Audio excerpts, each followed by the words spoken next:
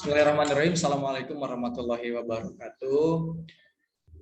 Yang terhormat dosen pengampu kita di mata kuliah jaringan komputer, itu kami dari kelompok 2 ingin mempresentasikan hasil diskusi atau dari hasil kelompok kami, yaitu dengan anggotakan saya Rival Nur Farizki sebagai moderator ya, terus Krisna Adiwijaya, ini bisa dilihat ya Pak ya, terus ada Fauzi, ada Ovi Dwi Utami, Ayu Yuliani, dan juga Lita Muhafilah.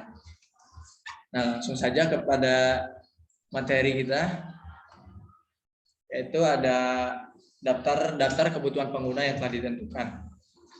Di sini ada definisi, yang mana definisi pengguna itu berasal dari kata dasar guna, yang mana pengguna memiliki arti dalam kelas nomina atau kata benda, sehingga pengguna dapat menyatakan nama dari seseorang, tempat, atau bahkan sebuah benda dan yang memang dibendakan. Terus yang kedua yaitu ada macam-macam kebutuhan pengguna. Ada daftar macam, yaitu seperti satu yang pertama server, terus NIC atau network interface card. Yang ketiga ada kabel jaringan, ada hub dan switch, router, brick, dan modem dan repeater. Ya, mungkin selanjutnya akan dibacakan oleh teman saya, rekan saya.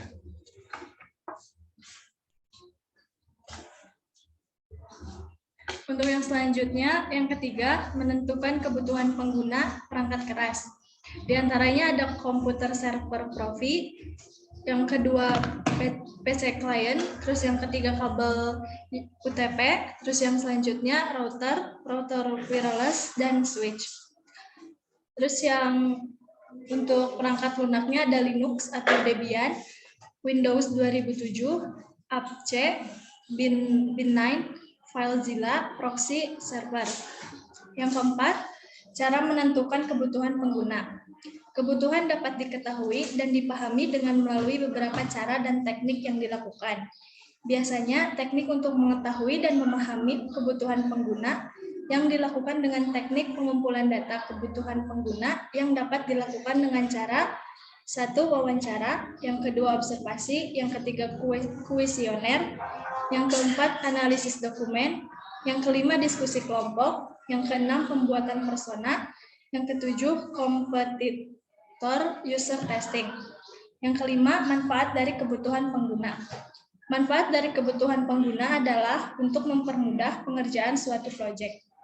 Untuk yang selanjutnya akan disampaikan oleh Saudara Ayu.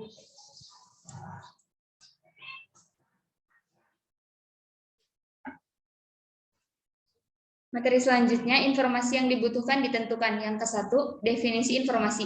Informasi berasal dari bahasa Prancis, information, yang memiliki arti konsep, ide, atau garis besar. Informasi adalah sekumpulan data atau fakta yang dikelola menjadi sesuatu yang bermanfaat bagi penerimanya. Yang kedua, jenis-jenis informasi yang dibutuhkan.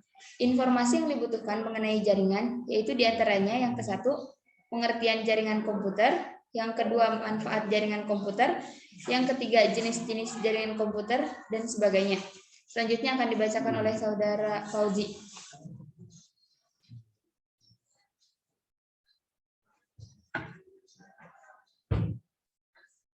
Tiga, menentukan kebutuhan informasi. Kebutuhan informasi merupakan sebuah kebutuhan yang dimiliki oleh tiap individu. Setiap manusia membutuhkan informasi guna melengkapi pengetahuan mereka akan suatu hal. Keadaan zaman yang semakin maju pesat, khususnya dalam perkembangan ilmu teknologi dan informasi, atau bisa disebut iptek, berdampak pada informasi yang dapat menjadi sehingga dapat dikonsumsi oleh siapa saja. Komunikasi ataupun kegiatan daring secara tidak langsung juga memberikan pengaruh tidak langsung dalam hal pertukaran data ataupun dalam hal mencari informasi. 4. Manfaat informasi. Manfaat dari sebuah informasi ialah menambah wawasan mengenai hal yang sebelumnya tidak pernah diketahui. Selain itu, juga untuk mengurangi kesalahan dalam mengambil atau membuat keputusan, serta menggambarkan kondisi yang sedang terjadi saat ini.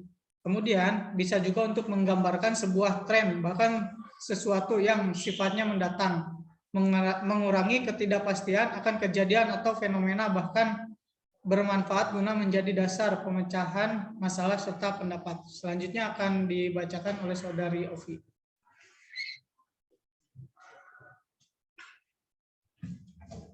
Selanjutnya dokumen survei teknis dirancang.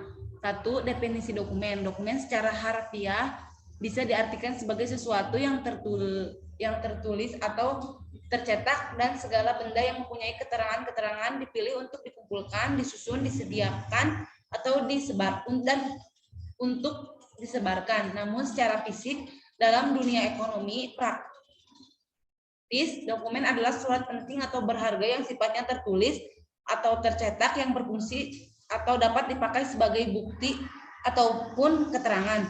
Secara lebih luas, semua data yang dikumpulkan secara digital, lisan maupun tertulis bisa dikategorikan sebagai dokumen. Yang kedua, definisi survei. Survei adalah pemeriksa atau peneliti secara komprehensif. Jadi bisa disimpulkan survei adalah metode untuk mengumpulkan informasi dari kelompok yang mewakili sebuah populasi. Sejumlah besaran responden bertanya ke orang. Selanjutnya akan dibacakan oleh Saudara Krisna.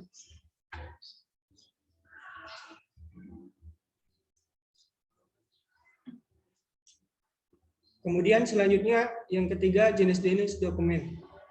Ada beberapa dokumen menurut kepentingannya, yaitu yang pertama dokumen pribadi, kemudian siaga, sejarah, dan pemerintah. Kemudian yang keempat, merancang daftar pertanyaan survei teknis. Langkah-langkah berikut ini merupakan petunjuk bagaimana merancang suatu daftar pertanyaan, yaitu penentuan informasi yang dibutuhkan, kemudian penentuan proses pengumpulan data, yang ketiga pengujian instrumen penelitian, dan yang terakhir konstruksi daftar pertanyaan. Dan yang kelima itu merancang dokumen survei teknis.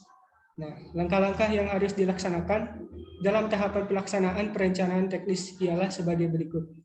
Yang pertama itu penyediaan lahan, kemudian survei dan investigasi. Yang ketiga survei harga satuan upah atau bahan atau alat. Kemudian yang keempat survei calon tenaga kerja. Dan yang terakhir penyusunan desain atau pembuatan desain, gambar-gambar, dan spesifikasi teknis. Kemudian yang keenam menyusun dokumen survei teknis. Yang pertama, menetapkan tujuan survei tersebut, kemudian memastikan jawaban yang paling jujur. Yang ketiga, putuskan metode terbaik untuk mengumpulkan informasi berharga dan survei. Kemudian, berdasarkan populasi, target, dan tingkat akurasi yang diinginkan, pilih ukuran sampel Anda.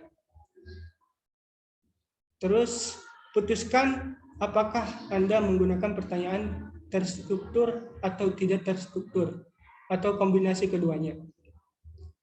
Kemudian pilih sebagian pertanyaan terstruktur untuk mendapat sedikit perincian tetapi masih bisa dianalisis. Dan ajukan pertanyaan bentuk penilaian, dan terakhir analisis hasil survei. Kemudian akan dibacakan oleh moderator.